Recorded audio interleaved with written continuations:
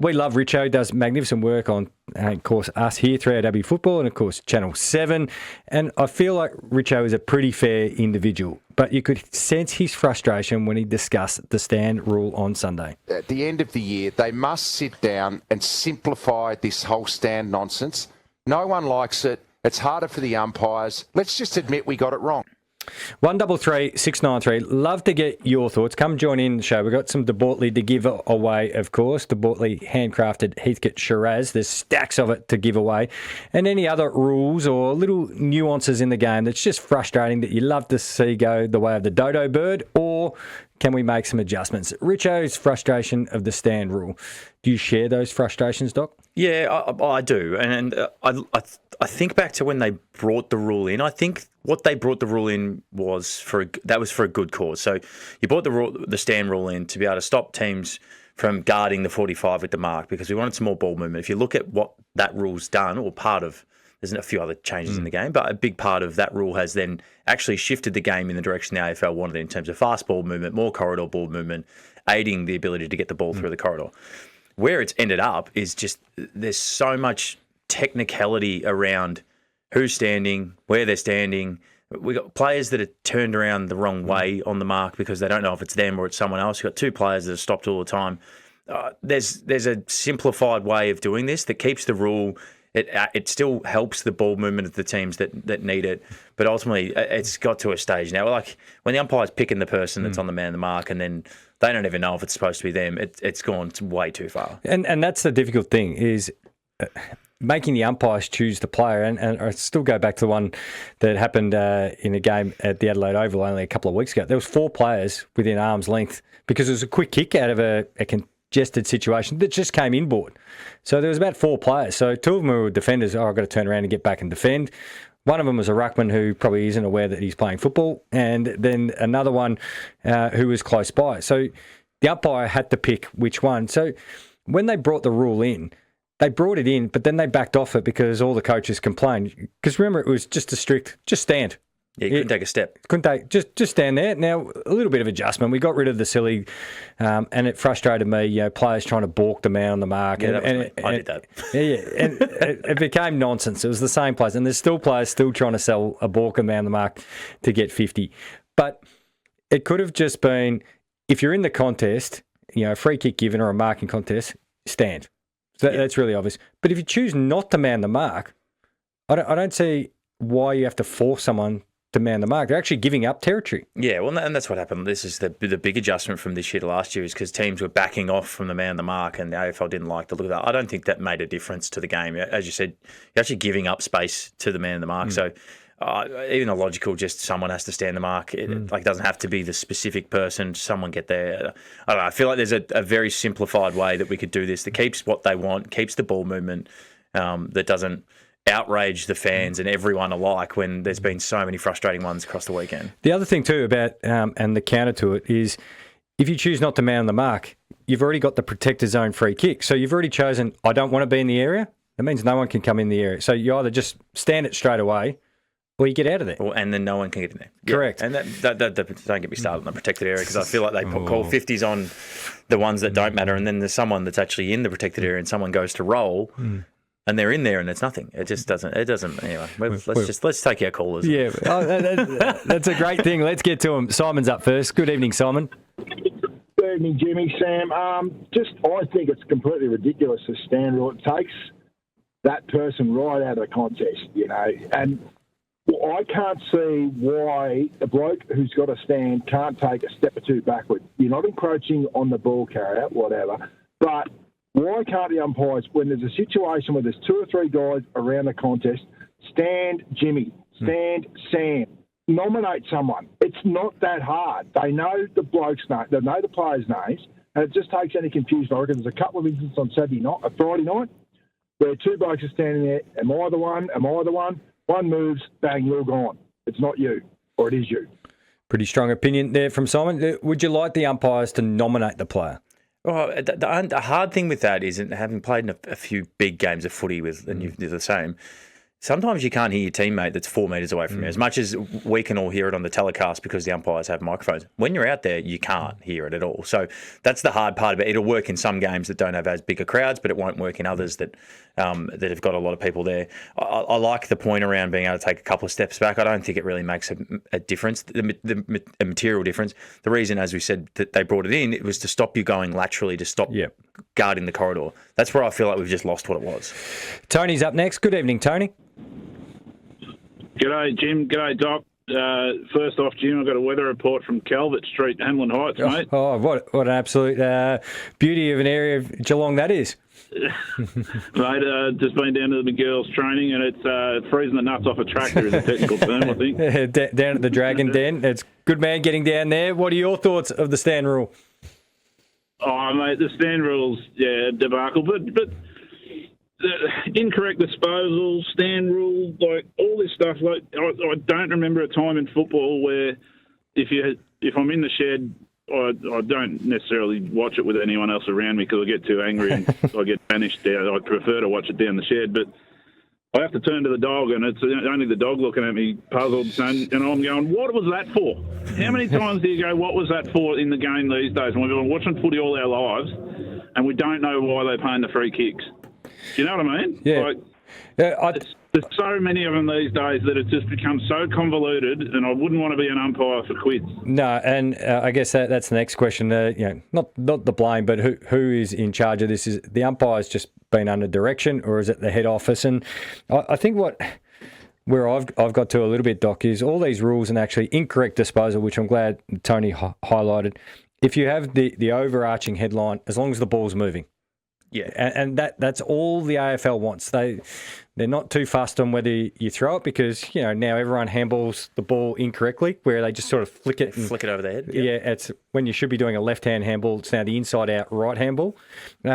As long as the ball's moving, that's all they care about. And if you've sort of got that lens, that's all they want. Just ball in flow. Yeah, and that's why the have you made a genuine attempt? You can pretty much drop the ball these days, and it's fine. We've been pretty strong on this for not just this week, for probably most of the year in terms of. I think that the umpiring needs a internal review at the AFL, and it's not the umpires. This is the point: is I think the umpires actually do a pretty bloody good job at what they're given. Yep. But I just watch the rules these days, and I think to myself, like, how have we got to a point where it's so technical in every single free kick that we're looking for such pointless parts of the rule to pay the free kick versus, I feel like now I feel like the old man yelling at the sky. But like when I was a kid, I used to watch it. And it was more of a feel about was it holding the ball? Did he dispose of it properly? And you could get run down back in the day and still half kick it and still get holding the ball. These days they'd be like, oh, he made an attempt. Yeah. So I just feel like there needs a good take stock before we start moving on to too many things about the umpiring and make sure we get it to a level. Because as Tony said, there's a lot of people that actually are starting to turn it off because they're getting so frustrated with it. I'd love part of that review. Just get all the umpires, and they don't have to put their name to it, but then we get to see what's the most difficult rule. What's the one that's giving them the biggest headache? So we actually get an understanding of how would they see what rule could be improved from their point of view, because they're under direction, but they're the ones who've got to do it every single week. Jack's given us a call. Good evening, Jack. Hi, I'm 10 years old and I play footy myself. And when I watch the AFL, I don't understand the stand rule, and no one can explain it to me. Jack, who are you playing footy for? Kilo. And forward, back, mid? Back. Well, there you go. Back. Just make sure you stand still because you don't want to give up any goals. We love your call, and if a 10-year-old is confused by it, Doc, that makes it pretty difficult. Well, and that shows you the exact sort of that's the exact thing that we. If you're at AFL House, you don't want to hear. It's the grassroots level of the kids, the generation coming through, don't understand the rules of our game. That shows you there's some issues in it. Good luck for your footy this weekend, the rest of the season, Jack. Thanks for the call, Malcolm. Good evening. G'day, mate. How you going? Good, thanks, Malcolm. I just think the stand rule's a bit of a joke. I just don't understand it half the time. It just seems it's just a joke. But the thing I want to talk about is that, like, I just don't understand how, like, Maynard gets off from touching that umpire. Like, he raced in there, made deliberate contact, and then, like, I mean, if you have a rule saying you can't touch an umpire, I mean, like, you can't touch an umpire. Yeah, it's pretty black and white, isn't it, Malcolm? You know, like, I just think that's a bit of a joke. I mean, like, he hit Brayshaw the other year, and then, like, that was deliberate as far as I'm concerned. He jumped up and took him out, and then, I mean, like, how do people just get off of this stuff? Like, AFL is just becoming a bit of a joke, man, because the rules aren't. It's a grey area. I understand that, but like, that was a deliberate attack on. I think it was a deliberate jump up and hit Brayshaw. That ended his career, and yet he deliberately touched an umpire and he gets off with a bit of a fine or something. So did Miller. Like, I mean, if you touch an umpire, it should be just that's it, like black and white. Like, if you're going to make the rule, stand by it. Like, don't. Plenty of people share your passion regarding that, and it was a massive talking point last week that you could have made it really black and white, but then you've got it. What do you call it? Not a matrix. My old friend, the rubric. The rubric. Yeah, when you're trying to figure out whether it's intentional or it's careless or reckless, the MRO's got to put it in one of those categories and then say, was it medium impact, high impact, and then that spits out 17 weeks. Who knows? Thanks for your call, Malcolm. Peter's up next. Good evening, Peter. Yeah, hi guys. I must have missed the PR on this stupid stand rule because for the life of me thought that he was saying Stan as in STAN. Now, I know they advertise sponsors left, right and centre, but I thought it was pushing it uphill when they got the guys in the middle yelling out a sponsor's name. So it must confuse the hell out of anybody watching from overseas. What the hell is this idiot on about? Yeah, yelling at Stan all the time. Yeah, a lot of Stans out there in the AFL world. Appreciate the call, Peter. Sam, good evening. Yes, obviously the Stan rule's silly. Another one that actually does my head in, number two, is his nominating of the ruckman. Back in the old days, the umpire would call ball up, ask for the ball, come in, bounce it on a wet ground, straight up in the air, just kept the game going. Whoever was there to take it took the tap out. And the second one that does my noggin is this kicking in from full back. What's the point of a goal square? And I actually think these guys that take the kick in, they wander down the ground, and I'm convinced they run further than 10 metres anyway. Not one of them has ever been called up for travelling too far before bouncing it. They just go wandering off and guaranteed for more than 10 metres. Next time you watch a game, it happens on multiple occasions. No. They're two stupid rules. No, Sam, you don't have to convince us. Yes, the players most of the time run about 30 metres when they come out of the full back square, and it only takes one umpire to ping it, and you watch how quickly then they start getting rid of the footy. The ruck nominations, I know you share this thought as well, Doc. You don't have to nominate. It's pretty simple math. Just 1v1 in the air. If there's two of you up there, free kick against. Hang on, there's three of you. There's two in one jumper. Free kick. Free kick, yeah. Saves time. Then you don't have to yell it. And then you don't have Max Gorman saying, I'm 209 centimetres. Another one I want to quickly highlight before we get to a break, and I know you know this annoys my noggin, as our previous caller just said. Where was the PR, as Peter highlighted, on you're not allowed to pressure the kicker anymore? Yeah, that's been a directive this year. It's someone goes down. Oh no, it's got to be a free kick. Yeah, it's when someone's disposing of the ball. It feels like if you just hit them hard enough, it's a free kick. Whether you're late or before or right on time, it doesn't seem to matter anymore. It just seems if you've got them hard enough, it's a free kick against. Yeah, and I'm all for no cheap shots after they kick. You can be in a vulnerable position. I get that. That's an obvious one, and that one's always been in the game. It's and everyone goes, hey, down the ground. But now we've got players who are actually in the process of kicking, getting tackled, and we're paying free kicks. Yeah, and we've spoken about this a bit, but the game has got, this year, through a number of different factors in terms of the lasso rule and less stoppages, less tackles, less pressure. The teams that can put on pressure, the turnover game is one of the most important things. So getting within an inch is actually really, really important. And now it's got to the point where players get close and they know it's just going to be a free kick, so they don't actually put as much pressure as they could on because they know that it's just going to cost them 50 metres. I've got this one off the text line, which is actually a good one to raise as well. What about the tap on the head for several free kicks, especially in the Fremantle-Sydney game? The taunting rule. I like the taunting rule. I actually think it's... its intention's good. Yeah, I like its intention, but the inconsistency of deliverable, I think, is the issue. And there's part of it's around, and this is just an idea, telling us what the umpires are getting told during the week, so then players and fans can adjust and be open to what is coming, because what happens is they do their review, and that's the right thing. The umpires should do a review, and then, hey, they're missing a few too many of these. Let's have a look for them, and then it goes to your old mate, the red car theory. When you see the red car, you see it all the time. This seems the same thing. They do the review, and then they see every single one of them, and they pay them, and it frustrates the hell out of fans, because last week it didn't get paid at all. This week it's getting paid left, right, and centre, and that's the frustration of it all. But if you go back to the rule, I like that we're trying to rub that. I don't like seeing that at junior footy. I don't like seeing that at the top level. I think it's a fair amount of arrogance to do that at the best of times. I don't think it's got a place in the game anyway. The old magic fax or memo that everyone used to talk about, Dean Margetts, who we've had on this show, said, there was never one of those. But I'll just throw it out there. As you said, hey, we're focusing on protected area. Protected area. Yeah, good one to pick. And actually sent out a release to all media.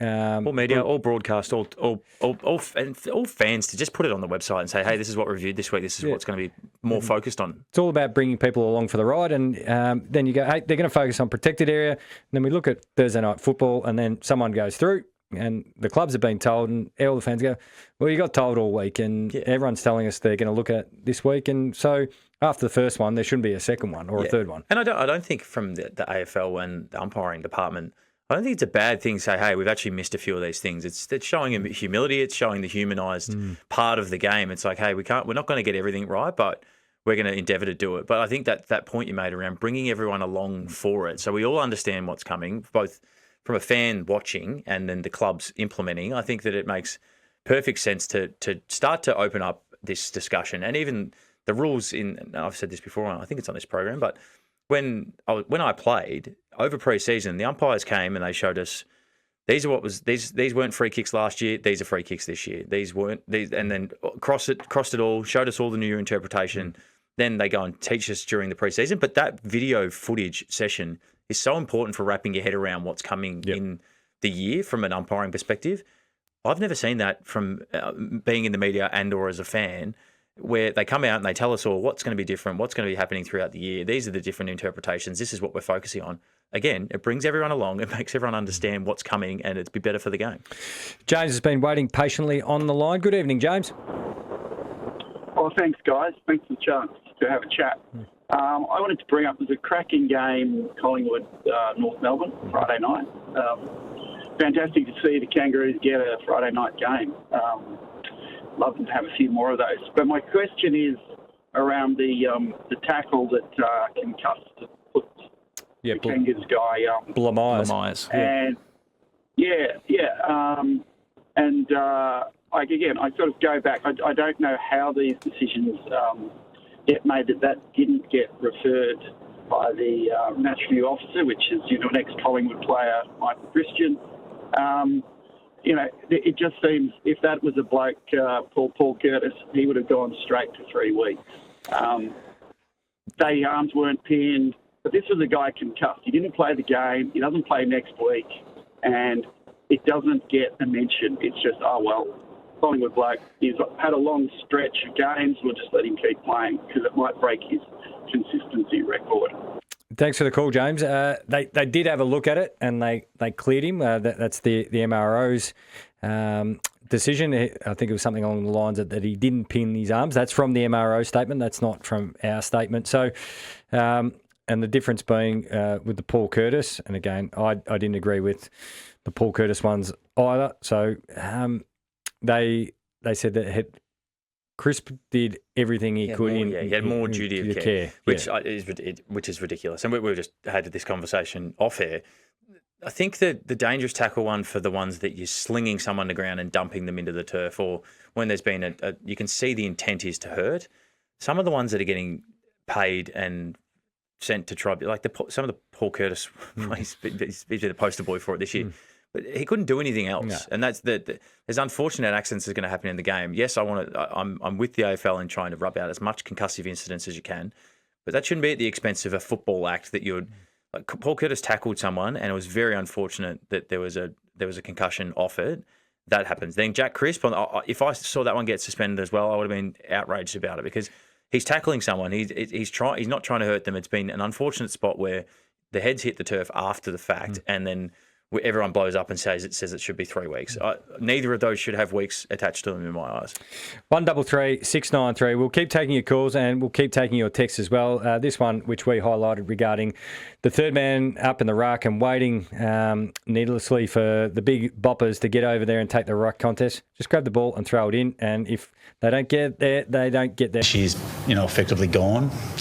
What we've got to do is forge our way forward about what we want ourselves to look like for next year, from my point of view. So the challenge is firmly set there for the playing group. Who do we want to be? You can sit there and, after tonight's performance, go into your shell, or you can sit there and fight for something. We've got to be better than what we are. Season gone, according to the Gold Coast Suns coach Damien Hardwick. Doc, was that just trying to, take a bit of pressure off his group, or does he genuinely believe in what he's saying into the microphones? No, we're done and dusted. Pack it up. Let's get ready for next year.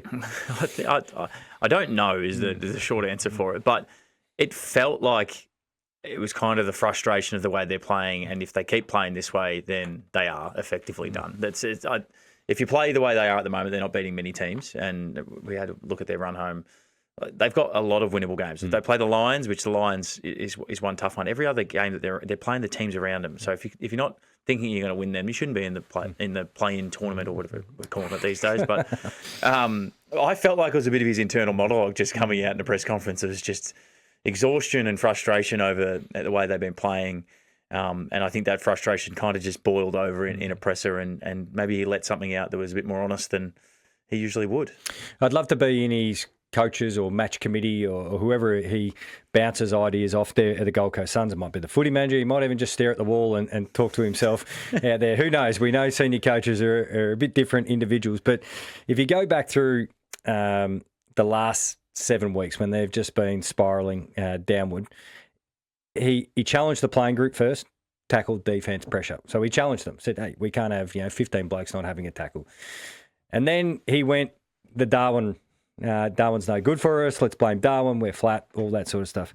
Then he went the media, going, you guys can't defend. I've seen some of your edits. What are you doing analysing us? So he played that game. No worries, Dimmer. We'll excuse the fact that your team doesn't like to defend. Then he started to go, hey, we're all about youth. We're going to go, this is a young side and things like that. Now it's, we're done. We're kaput. So I'd be fascinated. Would he be sitting there even at home or even today when he headed into the People's First Stadium into his office and go, how do I address this week?